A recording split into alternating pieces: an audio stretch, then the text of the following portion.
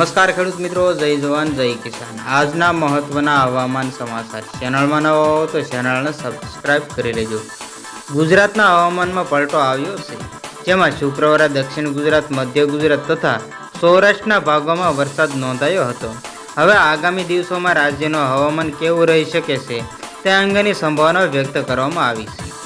હવામાન વિભાગે રાજ્ય પર હવામાન પલટાની શુક્રવારે સંભાવના વ્યક્ત કરી હતી। આ સાથે જ ગુજરાતના જાણીતા હવામાન નિષ્ણાત અને ખેતીના જાણકાર અંબાલાલ પટેલ દ્વારા પણ કેટલીક સંભાવનાઓ વ્યક્ત કરવામાં આવી હતી।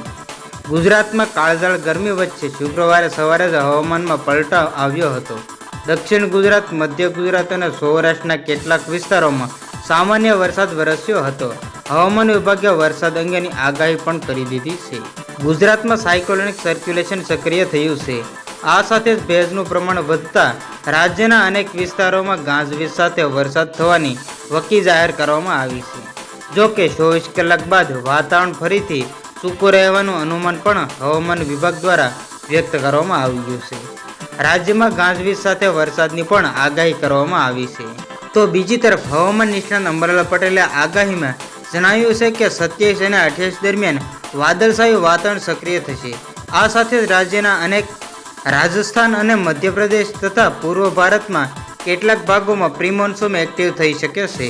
અનુમાનમાં જણાવવામાં આવ્યું છે કે નજીકના સમયમાં અરબ સાગર અને બંગાળના સાગરોના ભેજ એકત્રિત થશે।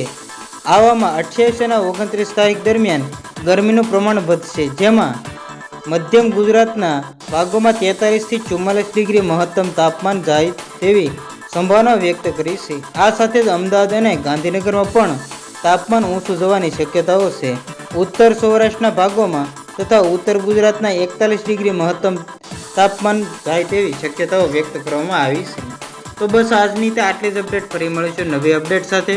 ત્યાં સુધી બન્યા રહેજો ખેડૂત ખબર યુટ્યુબ ચેનલમાં।